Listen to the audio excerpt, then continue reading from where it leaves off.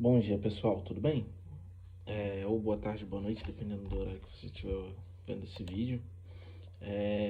Vamos dar continuidade à construção daquele passo a passo que eu estava indicando sobre a questão da teia, né? Como você criar um sistema narrativo eficiente para que não faça uma história perdida. Basicamente isso, né? A gente tem muitos métodos, como o método de cartões, né, para você utilizar, um bloquinho de notas para você anotar tudo que você começa a pensar durante o dia, mas para mim o ideal é o sistema de teia, né? Ele mistura você construir cenas, construir as premissas e expandindo a história como se você tivesse vários pontos, né? E principalmente essa estrutura narrativa, ela é boa para histórias lineares, mas ela também é muito boa para história onde que as pessoas querem contar mais de um final, né? Não o final da história, mas o final de cada personagem, assim. Normalmente, para quem escreve fantasia, gosta de criar um pouquinho algo maior. Não acho recomendado, mas às vezes em 200, 300 páginas você consegue contar mais de uma história ali. E aí a gente vai para a construção das cenas, né? A gente falou sobre os 7 passos, a gente vai falar sobre as cenas, a construção da magia vai ser o próximo vídeo. Os personagens a gente vai aprofundar mais. A gente fez ali a construção do Sukuna, né? Mas a gente vai aprofundar um pouco mais. E aí a gente vai falando de outros temas. As cenas pra mim são o ponto ápice, assim. O que acontece? Quando você escreve, ou quando você quer escrever, a, você como leitor não, perdão, você como escritor ele já quer ir para a construção da história, né? Só que existe um problema muito grave nisso. Quando você vai direto para a construção da história, você não sabe como fazer com que a imagem que você tem do seu enredo se transcreva. Você tem apenas a emoção perante a construção daquele enredo. Ou seja, você está muito animado para fazer algo, você coloca aquilo no papel porque você está muito animado. O problema é, no dia seguinte você não está tão animado assim. E aí, como você não está tão animado, você não sabe para onde levar aquela narrativa. E esse é o problema, esse é o maior fator. Porque como um escritor, e aí isso é algo que tem que ser pensado, é interessante você conseguir escrever mesmo desanimado. A ideia de você ter emoção ou ter uma certa ansiedade, que isso se transmite que o livro é bom, ou que isso é o que faz com que você está tendo inspiração, é falha. Ela é muito falha.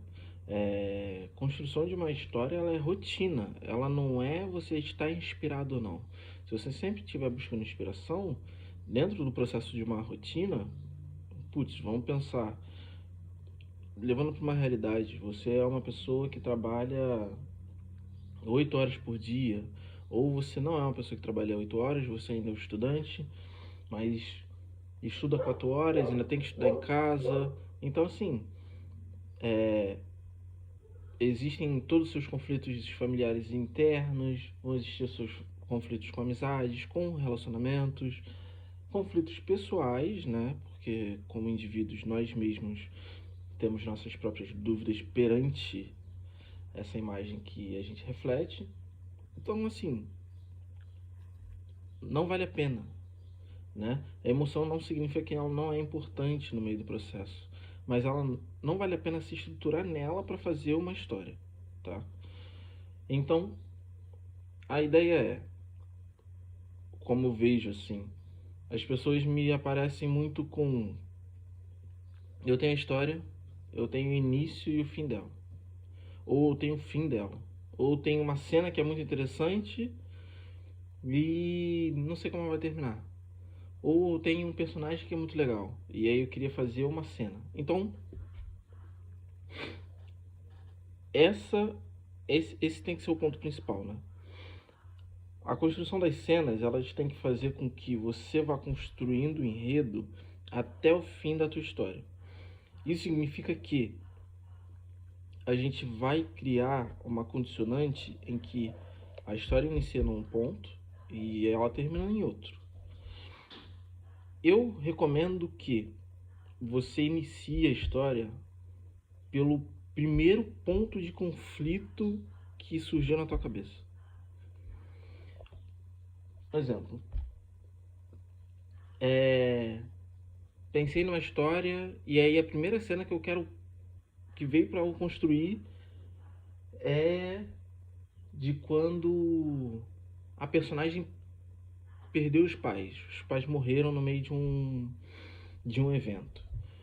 Ou a primeira cena que me veio é quando ele foi traído pelo melhor amigo, né? O melhor amigo acabou apunhalando ele pelas costas. Ou quando a personagem pegou o aquela pessoa que dizia tanto que eu amava na cama com outra pessoa, né? Uma cena de traição, uma cena de impacto. Transfira essa cena de impacto, que às vezes a gente pensa, tem que desenrolar quem é essa pessoa, quem esse personagem é para fazer essa cena. Não faça isso. Transfira essa cena de impacto pro teu primeiro capítulo. Porque tudo que vem antes daquilo ali não importa. Não importa. Eu sei que didaticamente fica muito difícil a gente assumir isso, mas a história do teu mundo, a história do teu personagem antes dos acontecimentos do livro, elas não importam. Ninguém quer saber disso. A gente quer saber como você vai construir uma trama perante o que você vai apresentar. Tudo que vem antes não importa. Então, uma cena de traição, primeiro capítulo já faz com que na primeira cena o personagem encontre a traição. Já esteja vendo ali, para fazer com que o leitor sinta essa sintonia com o personagem, né? Como é que é o impacto? Você abre um livro e a primeira coisa que você vê é um evento onde que as pessoas importantes para aquele personagem estão sendo assassinados. Dá um certo espanto. Você não está esperando isso numa primeira cena. O personagem também não. Mas é isso que ele está te mostrando, sabe? É isso que ele quer te apresentar. Isso que faz o interesse. E dali, daquele primeiro capítulo, né? Eu recomendo você, como quem está fazendo, estruturar um certo limite de palavras para terminar um capítulo. Isso eu não dou como via de regra, né? Mas é sempre interessante os seus capítulos terem a mesma quantidade de palavras, né? Não ter um capítulo de 1000 palavras e outro de 5000. Isso faz com que o capítulo de 5000 fique muito maçante. E até dou como recomendação, você pode fazer um livro de 300 páginas com 1000 palavras em cada capítulo. E você pode fazer um livro de 300 páginas com 10.000 palavras em cada capítulo. O livro que tem 1000 palavras em cada capítulo vai dar a sensação do leitor de avanço mais rápido, porque o capítulo termina mais cedo. Então, se você consegue fazer eventos mais curtos, né, separar em eventos mais curtos, é mais interessante, tá? Não faça uma história que vai se desenrolando essencialmente para tudo, tá? Pega ali uma ideia de 40.000 palavras, 50.000 palavras no máximo, assim. Estrutura ela nas cenas, e as cenas elas vão dividir essa quantidade de palavras essenciais, né? Na construção de uma cena, você vai colocar ali você vai estar colocando ali no teu bloco de notas, né? Na construção das cenas, A única coisa que você tem que colocar é o ponto de interesse importante, né? O primeiro vínculo. Então, no primeiro capítulo tem que acontecer da personagem ver os pais morrerem. Pronto. Então, o resto da história, o resto do desenrolar, te dê um pouquinho mais de liberdade para isso, né? Não que você possa fazer coisas que sejam desinteressantes durante a construção narrativa, mas isso vai te dar uma liberdade para você conseguir construir coisas mais leves, né? Até mesmo porque essa construção de roteiro, mecânica, às vezes também trava a gente, né? Dá uma cansada. Pronto. O primeiro ponto foi dela conseguindo, vendo, né? Pessoas importantes dela morrerem, né? Isso terminou o capítulo? Beleza, interessante. O segundo já é como ela, pelo primeiro ponto, como ela vai ter que lidar com isso e para onde ela vai, né? Pronto. Daqui do meio, quer dizer, daqui do primeiro ponto pro segundo, o meio é livre, né? Então, a personagem agora ela tá tendo que fugir porque ela também tá sendo caçada, né? E ela encontra um, um lugar onde que as pessoas que estão sendo caçadas também estão se refugiando. Pronto. Agora você tem dois pontos de interesse. E agora já se criou dois gatilhos, né? Por que os pais dela foram mortos? Por que ela está sendo caçada? Por que outras pessoas estão sendo caçadas? Pronto. Aí daqui pra cá vai se desenrolar. Terceiro capítulo, tô falando, né? Como ela vai entrar ou como ela vai se lidar naquilo dali e conflito com um novo personagem ou apresentação de um mentor, né? Uma pessoa que vai acolher ela durante aquele problema. E aqui no meio, momento livre. É um momento onde você pode construir naquele terceiro capítulo como é que é esse novo ambiente que ela tá, como é que é essa nova sociedade de refugiados, né? Esses refugiados estão sendo caçados porque eles utilizam magia, porque eles não utilizam magia, porque eles são de uma raça diferente, né? Como a gente está falando de fantasia, tentando trazer esses pontos que podem te interessar no meio do processo. Normalmente, caça na fantasia é um tema sutil, mas bem interessante, assim. Porque sempre desenrola muita coisa. Então, pronto, no terceiro capítulo, ela te mostrou como que é aquele mundo, aquele novo micromundo, né? E te mostrou o mentor.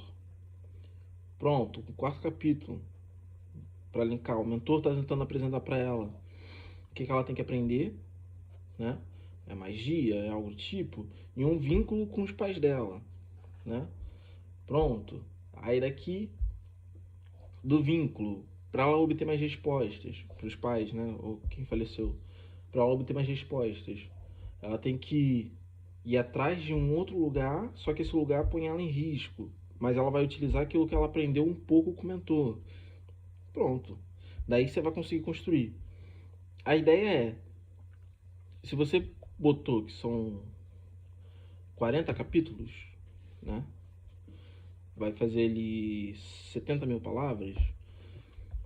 Faça toda a construção da tua história a partir do momento mais importante, do ponto mais importante. Lembre-se, não interessa pro leitor o que aconteceu antes com o teu personagem, até o ponto final, né? Até o ponto que você acha que é de impacto. Assim você consegue desenvolver aquelas cenas que são mais interessantes, mais animadoras, né? Eu, por exemplo, fico muito animado para construir algumas cenas que são de ação, de luta mesmo. Só que eu sei que para construir toda a narrativa daquela ação, eu preciso ter um livro pronto, porque senão não faz sentido. Ou eu jogo aquela ação como primeiro ponto ápice do capítulo, né? E dali eu crio todo o ponto de conflito. Tá bom? É isso. Espero que vocês tenham gostado. Vamos continuar esse ano com mais estudos. Se cuidem.